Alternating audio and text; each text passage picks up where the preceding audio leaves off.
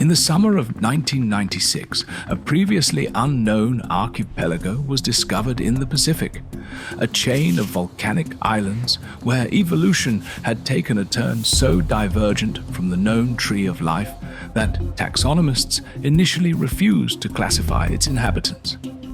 This is Duelist Kingdom, and these are its 50 dominant species. Before we embark, a quick note. Documenting expeditions like this one into ecosystems that challenge every assumption we hold about biological possibility takes an enormous team. If you'd like to support this work, subscribing to Creature Index takes just a second and helps keep these field studies going. Now, let us descend into the kingdom. We begin with the apex predators. The genus Draconis ocularis, the blue eyes white dragon, is perhaps the most studied organism in the archipelago, and for good reason. Standing nearly 8 meters at the shoulder, this obligate carnivore possesses 3 features that defy conventional reptilian physiology. First, its integument, a dermal layer of interlocking keratin plates so densely packed they refract light in the blue-white spectrum, creating the illusion of bioluminescence in low light. Second, its ocular structures. Each eye contains a tapetum lucidum 20 times more reflective than that of a nocturnal cat, allowing it to hunt in near total darkness.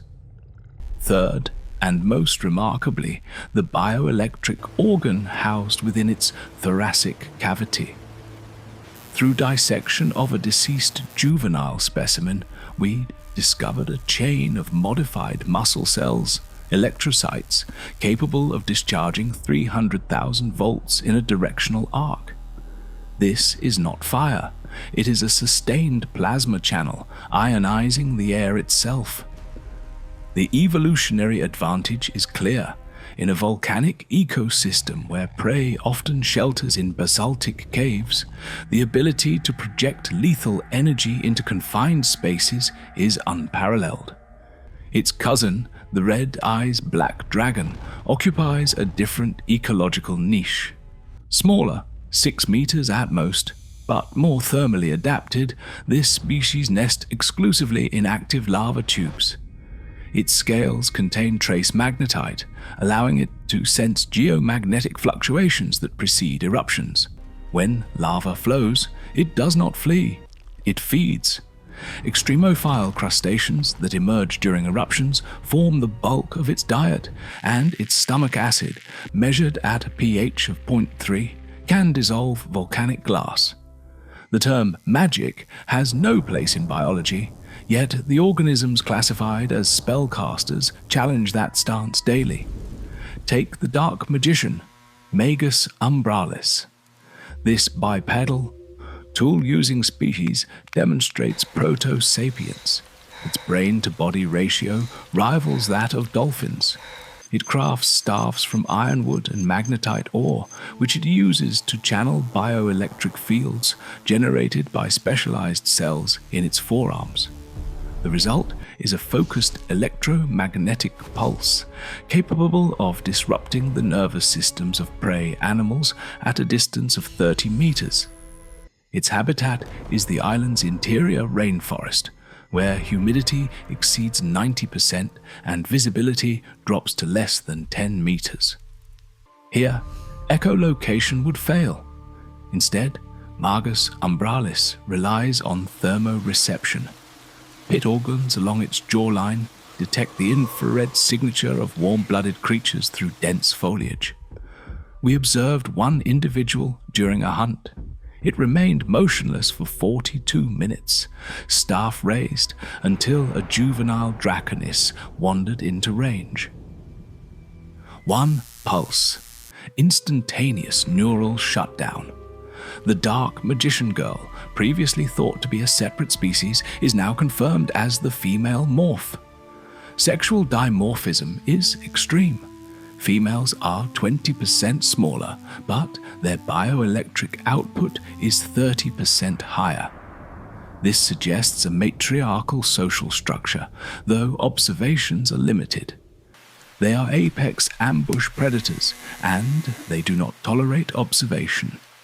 In the coastal tide pools, we encounter Insecta giganteus, the Great Moth. With a wingspan of 4 meters, this is the largest lepidopteran ever recorded. Its life cycle is equally extreme. Larvae, known colloquially as Petit Moths, spend 18 months in a parasitic phase, burrowing into the dermis of larger creatures. They do not kill their hosts, they regulate them. By secreting a mild anticoagulant and anesthetic, the larvae ensure a steady blood supply while remaining undetected. Upon pupation, the transformation is violent. The cocoon, formed from a silk chitin composite stronger than Kevlar, must be anchored to volcanic rock to withstand the internal pressures. When the adult emerges, it does so explosively, shattering the casing with hydrostatic force. The wings, still wet, unfurl over the course of 6 hours. During this vulnerable window, juveniles are preyed upon by the Harpie Lady, a highly territorial avian species with a reinforced beak capable of shearing through insect chitin. Perhaps no group defies categorization more than the machines. These are not constructs. They are organisms with metalloid exoskeletons, silicon-based neural networks, and metabolisms that process ferrous compounds. The Steel Ogre Grotto, for instance, is a sessile filter feeder. It roots itself in iron-rich soil, extending its limbs, each tipped with electromagnets, to draw metallic particulates from groundwater. Over decades, it grows layer by layer into a hulking, semi-mobile fortress. The Gearfried species are more active. Bipedal, tool-using, and capable of rudimentary metallurgy, they forge weapons from ore using geothermal vents as forges. Their intelligence is undeniable. We watched one individual sharpen a blade for 3 hours, testing the edge repeatedly against stone.